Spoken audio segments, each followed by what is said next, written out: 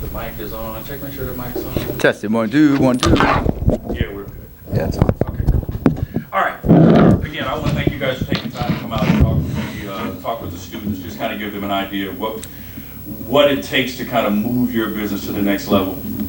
And with that being said, I just want you guys to introduce yourselves, give a little background about who you are, where you came from, how you got involved in this business. I'm sure most folks know who you are, but I want to give some context and some history to who you are and where you came from.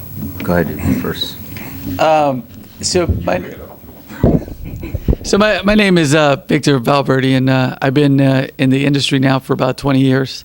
And I grew up in downtown LA, went to cosmetology school at LA Trade Tech, and been having fun this whole time. Yeah. My name is Neekio Abriel. I am Victor's business partner. I grew up a little different. My dad was getting his immigration at the time, so we kind of moved around a lot. So I'm a citizen of the clouds, so to speak. Base. We were here, there, and then we finally ended up in LA.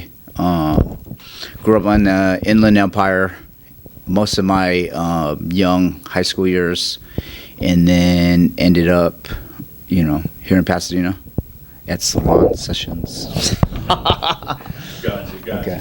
Now, I know, Victor, you've had a salon before. Nico, you've had your own individual salons before.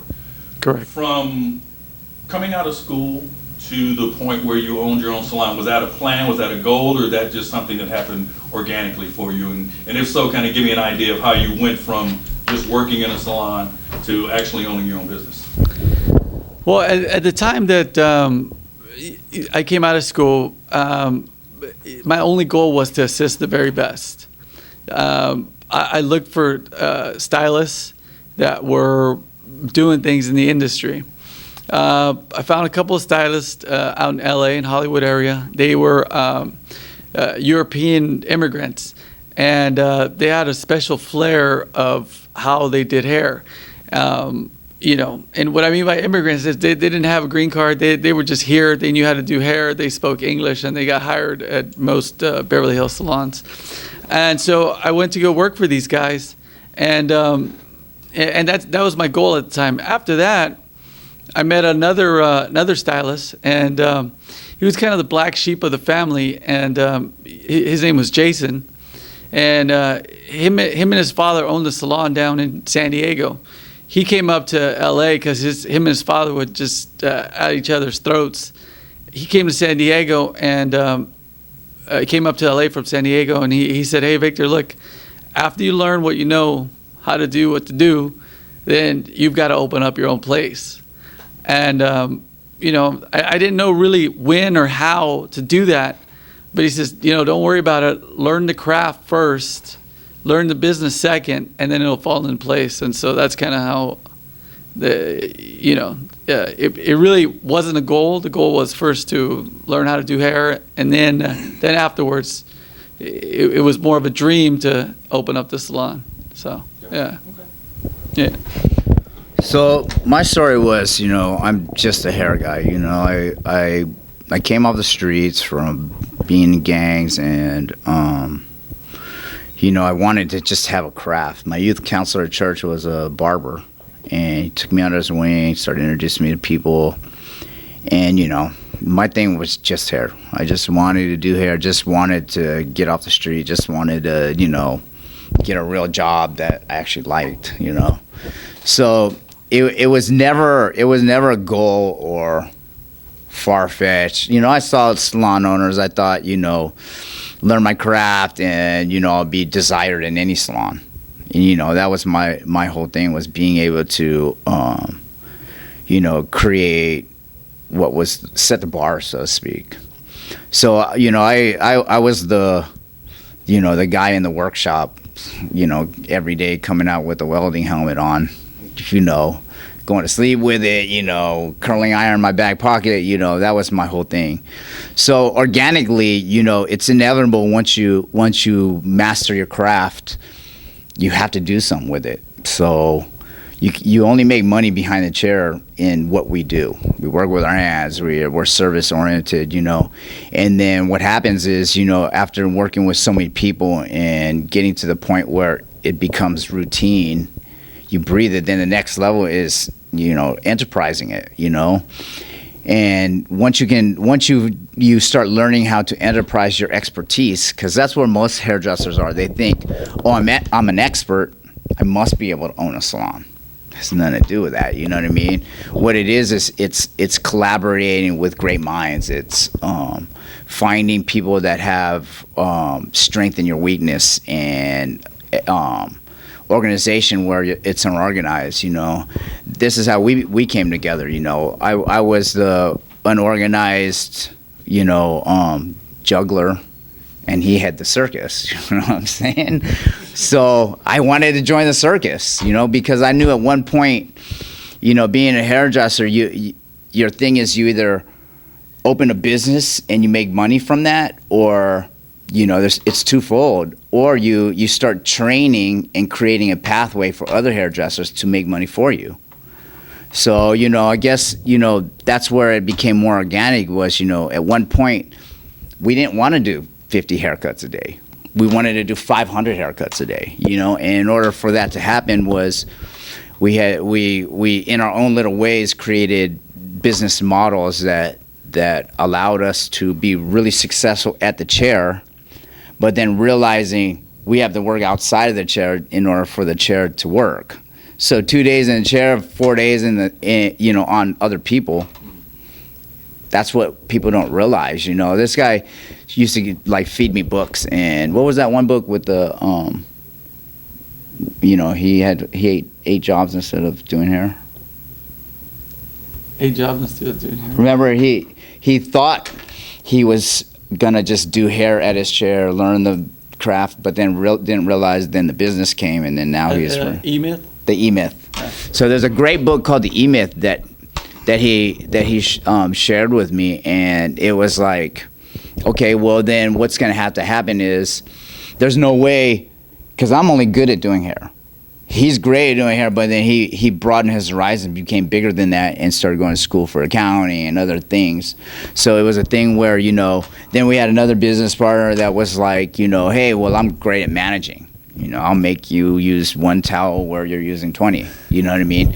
So very mindful and finicky about that. So we couldn't do it all at the level we wanted to function. So we came together and collaborated, and it just perfect, pitch and puzzle pieces.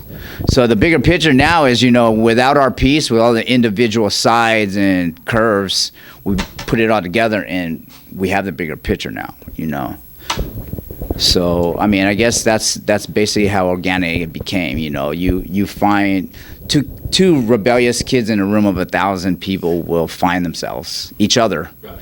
And that's how we got here. Do you see a lot of salon partnerships out there? Oh yeah, it's almost impossible to do it by yourself, huh?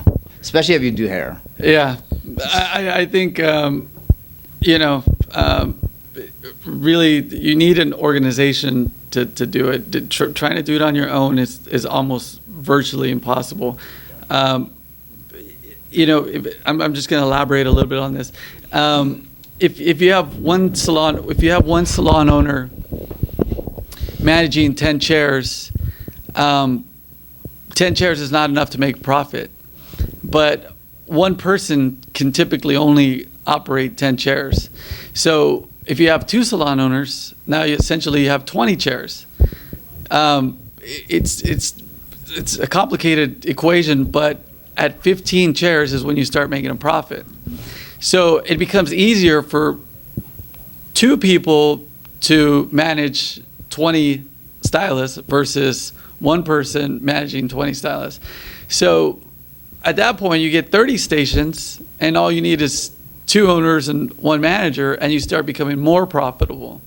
And so you need to form an alliance of some sort or partnership. It doesn't necessarily have to be a partnership, but it could be a close-knit team of professionals on your side.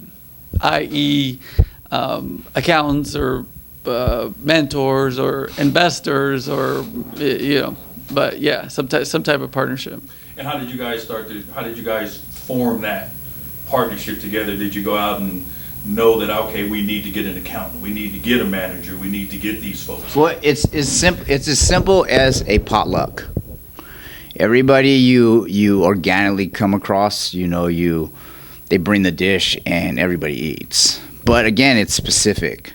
So again, we've been through so many people bringing the same dish. He brought carne asada and so did somebody else. I brought wontons and somebody else. So there's a few people we had to shed so that we can get the array of everything, business-wise. Accounting, like marketing, like the commodities, like everything that you had to enterprise. So it's a thing where, it took a long time, 4 or 5 salons later, it's a thing where, we've found a good groove now. And from managing egos to now managing business, so that's another issue, it's like you want all the best people, but all the best people come with baggage. So unless you train and home grow your own, you're gonna be babysitting, not managing business. So it's crazy because like a lot of times it's specific when you hire management, receptionists, like the players that play inside the game. But actually to find somebody organic to be able to weather the storms together and to like the same things. I mean, he's been in salons where he's had business partners that had nothing in common, and had to get out, because it was great business, but kills you personally. So you gotta live the lifestyle, man, and in order to survive on the longevity level, there's gonna be a lot of suffering, and you gotta like each other past that, Plus, we have a strong base in what we believe in. We both believe in God and Christ. So it's like we walk together. We, at the end of the day, it's His will, not ours. So, as crazy as we look, it's sometimes we got to button it up. Sometimes we got to let it loose. But regardless, at the end of the day, there's just definitely accountability how we walk together. Question, I want to go back to something Victor said earlier, and this will be for both you guys. When you got out of school, you said your goal was to get in this business, to become a great assistant and work your way through and up the food chain in that fashion. Gotta be. And most of the kids now that I encounter, they're in school and they're already thinking about, right, I want to own a shop and I want to be in control and that kind of thing. Can you speak to just the attributes and the goals of, because not everybody's going to be a salon owner, but you can still make $100,000, $200,000 behind the chair if you just want to be a great operator. Right. And can you speak to the attributes of what it takes to be, and the mindset it takes to be just a great operator, because ownership isn't for everybody. Right. A couple things that are must-have. You must have the desire to want to serve. Absolutely. There's absolutely no doubt that is one key fundamental. If you don't like people telling you what to do, this is the wrong business for you. Because your clients every day tell you what to do. I want my hair this way, I want my hair that way, can you get me some coffee? Can you get me a sandwich? Can you do this? Can you make a phone call for me? At any level. So first of all, you got to have that desire to want to serve. The other thing is you have to have a desire to train. Absolutely. Neekio here, most people, I have an insight that most people don't know about. And what I like to call it is sleight of hand. People can see the motion, right? But what they don't know, they don't see because they don't know. And so it's so minute, and you can only pick up on it after years and years and years of watching the same trick over and over. You finally catch on what that sleight of hand trick, that one absolute movement that allows you to become a superstar. And so that is where he trains all the time, absolutely all the time. And so when you come to work, I like to consider that Super Bowl day. That's game day. That's the championship. On your off season, I'm not a big sports fan, but I'm probably going to mess this up. But we ball differently. Yeah. We exactly. But baseball players, when they go to the World Series, I mean they've beat everybody out all year long.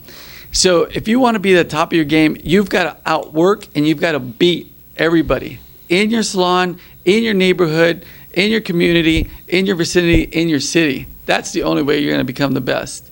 You've got to outwork them, out-train them. So when you're in the salon, that's not training, that's working. That's actual your performance day. On your days off, on your weekends off, after work, you've got to be training. So there's preseason, there's postseason training, and there's season training, and then there's Super Bowl or World Series training. So it's one of those things you've got to constantly be training. You've got to become a master of the craft. So that's the second must-have. And then punctuality is the absolute third must-have. You must show up on time. You must be on time, and you must get out on time. Clients don't want to wait for you. Your employers don't want to wait for you. Now, once the client is there, or once the employee is there, now your client wants to get out, and your boss wants you to get out. And so, with that being said, another attribute or sleight of hand secret that Neekio possesses is he shows up everywhere, absolutely early, like an hour early for no reason, just shows up early, but gets to know the competition, gets to know the terrain, gets to know what the warfare is, gets to know what is going on. So desire to serve, number one, desire to train, number two, and punctuality. So if you got those three, pretty much everything else will fall into place. So when it comes to what does it take from where he left it, why do you think most stylists don't want to put in the necessary work it takes to prepare? Well, we have a saying, it's the man that makes the Mercedes, not the Mercedes that makes the man. And with, like music videos with this, 3G, 4G, 8G, 9G, whatever it is, we Google everything and it's just instant. So I think what happens is there's an entitlement that a lot of these kids have because they've found ambition by watching music videos and seeing these corny reality shows that say, oh, you can be huge in a day, but you got to realize there's so many stars, but it still took them years to get there. Being successful is inevitable. Show up every day, you train, like you said, you be on time, you do all the things you're supposed to do, and you're gonna meet success somewhere in your life. Whether it's working out, you're gonna lose the few pounds, whether it's making enough money behind the chair, or eventually opening a salon, or going to school every day and then doing your homework and getting a degree, whatever it is. You know what I mean? It's inevitable that you can meet success if you show up. It's that simple. But it's got to be on time. It's got to be as much as you can, availability, and it's got to be, with this passion to say, you know what, I got to keep on training and giving it back, because it just reinforces you. So with what you said is like, now take all those amazing things and you package it, and you have this working commodity. And that's what people don't realize. You can't just show up and, oh, I'm fabulous, because you have glitter on your freaking toenails, you know what I mean? It doesn't work that way. Or it's got to be full circle, When they talk about fighters who are pound for pound, every level they've mastered because they've been through the fights. And I think, the people that have lasted, you're going to see a lot of people Google my life or success, and it does, there's formulas in that, but it doesn't mean specifically what you got to do. You still got to work. How many diet plans are there? But you know, when it really comes down to it, if you don't apply them, you still look the same. You know what I mean? I've even seen people on the treadmill every single day for 8 months, but they still don't do the other factors that he's saying, being on time, train, and all those other things. So it's like if you don't have a full circle of how you get down or what you bring to the table, it's really hard to say, hey, let me open a. I mean, we're in this business so much that we have millions of friends that ask us to help them with their salons because same thing, you know, they're great hairdressers, but they're not great business people. So then they bring that to the table, and it's like, you know, they haven't read anything. There was no e-myth when they first started. I mean, I'm just saying they didn't do their homework. They didn't train. You know, showing up, it wasn't their time. You know what I mean? So it's like you have great hairdressers, we know, open salons, and then it's 8 months, they're struggling because, you know, again, they haven't done everything it takes or actually got other puzzle pieces to fit. So that would be complete, you know, where they couldn't train or they didn't do some of the things. And again, you know, I heard a couple years ago Tiger Woods got a new swinging coach. What, Tiger Woods needs a swing coach? Yeah, because you know what? He's trying to up his game and he needs somebody else that's higher level that doesn't know his game already or comfortable with it to coach him to swing on another level. So now, you know, I just watched him play like about a week ago and killed it, won, you know what I mean? Finally came back, you know, the comeback kid. So it's a thing where hairdressers need to understand, like, you got to learn how to swing on the ropes before you get them. You know what I mean? And that means experience. And I mean, reading about it is all knowledge. It's good to know, but living it and beating yourself up in it and trying and true it, that's experience. That's where that knowledge becomes wisdom. And then that's when you can actually create something that's sustainable. It's all about the word sustainable, you know, Google that, you know what I mean? So it's a thing, again, you know, you don't want the guy with shining armor. You want him with armor beat up, but he takes care of it. Oils the joints, you know, right? Because the guy with shining armor, you know, he's so bling bling, you know, he's either too shiny, no one wants to see him, or, you know, like it's all fake. You know, it doesn't take a hit, you know what I mean? So again, you want battle gear, and